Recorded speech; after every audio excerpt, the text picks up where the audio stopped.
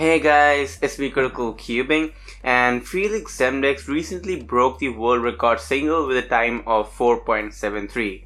Let us see what we can learn from him. This is the same scramble as the one that Felix got, and Felix is a color neutral solver, so he solves the cross on any of the color. Now in this scramble, the main thing that we can see is this huge 3x1 block. So we have a green 3x1 here and a white 3x1 here. And this can be either used for the white cross or the green cross.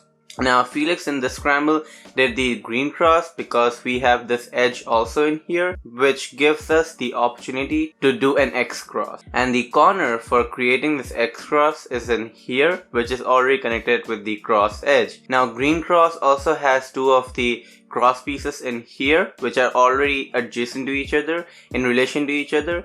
So if you do a D move right now, the yellow matches with yellow and the orange matches with orange. And the other cross edge is in here at the top and at the bottom in here. Now for creating this X cross, you just have to do R, F, R prime, which will put this block down in here so that you can create your X cross. However, how will insert this last pair? For inserting this last pair, you can either do R, U prime, F, R prime, but that breaks up the X cross, so this edge, instead of being in here, goes at the back there, which is bad. So we don't want to do that. You want to do the U prime first, like this, so that you do not disturb this X cross edge, and then you solve your X cross like normal. So you insert the cross edge in here, and you also have the X cross edge in here. And solving the cross like this also pairs up this edge. So when you do a U prime, the corner is in here, and then F R prime pairs up these two. So just during the inspection, you have an X cross and an pair out there for you. So you only have to look ahead for the remaining two pairs, OLL and then PLL. So let us solve the cross now. U prime, R, F, R prime, D. And this is our first F12 pair. And here, before we even solve this, we can see we have this pair which we want to solve as our next pair. Now if we just insert it normally like this, then this gives us quite a terrible F12 case for the second pair. Instead, what Felix did here was that he put this pair at the back like this, so that we have the edge in front, and then he inserted with an L, U2, L prime, which pairs this up in here and also inserts it in the front. And you can cancel into this F12 pair and insert it like this. Just by doing simple L move, you insert two of your F12 pairs with ease. Once more, like that. And then we have this last F12 pair remaining, and this is also quite a nice 2-gen case, which you can solve by doing R prime, U2, R, U, R prime, U prime, R. Then we have this kite shape OLL, square at the top and a lone corner in here, and we have a 2x1 bar in the front and a 2x1 bar at the back. And in this case, the normal OLL algorithm is actually also the OLL CP for this case.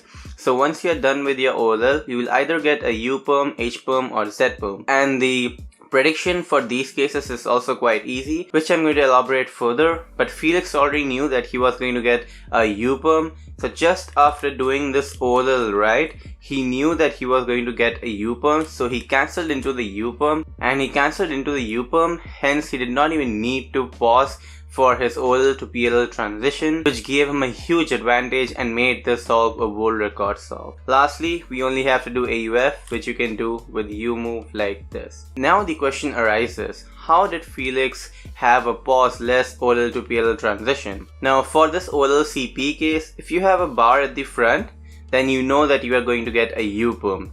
And if you have these two the same color, then you will have a UA perm. And in this case, these two are not same color, so that means I will have a UB perm. And if you have a skip case, then you will have a bar in here as well as here. And if you have a H perm or a Z perm, then you will have opposites in here. So in this case, I know that bar and then these two are not matching. I am going to get a UB perm. So I can just directly go into my PLL without pausing after I'm done with my OLL. Like that. And just as an example, opposites, opposites. I know that I have to do an H perm after I'm done with the OLL.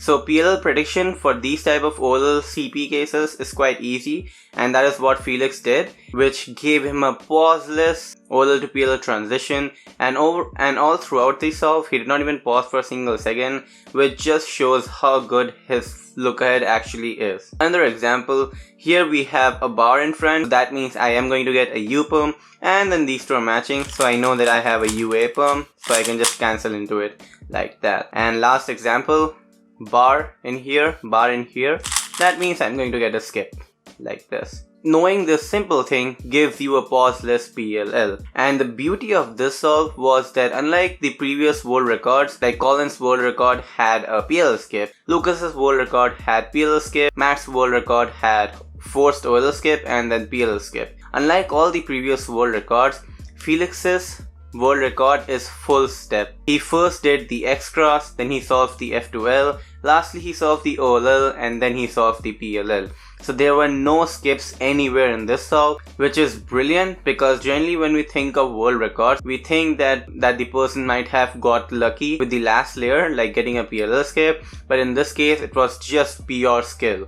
The main thing that I have to say is being dedicated to cubing. Felix has been cubing for like 7 to 8 years. He is cubing from 2008 and he has been constantly dedicating his time to cubing. So the main thing that you have to do is being dedicated and practicing a lot and being patient. Your time will definitely come. Apart from saying the other generic things that I generally say, like look ahead, practice and all that, the main thing that you can take away from Felix here is to learn how to look ahead during your last layer. And I will be making advanced video on how to look ahead during the last layer. I already have made a video on how to look ahead during the cross and F12, so the last layer is pending, so stay tuned for that video. Generally the things that world record solves have in common is not pausing, having a good look ahead, and getting a bit lucky with your solutions. Next thing that made this solve a world record solve was his fluid look ahead for the last layer. So while transitioning from the OLL to PLL, he did not even pause for that. If he had paused there, then this solve would not have been a world record. So the things that you can take away from Felix